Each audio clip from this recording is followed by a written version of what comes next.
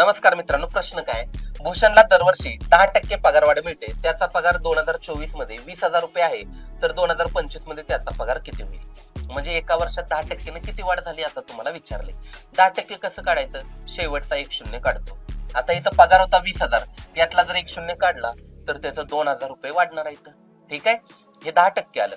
20% आलं असतं तर 2,000चे दुप्पट तुम्ही 4,000 वाढवलं असतं, पण 10%च वाढलाय.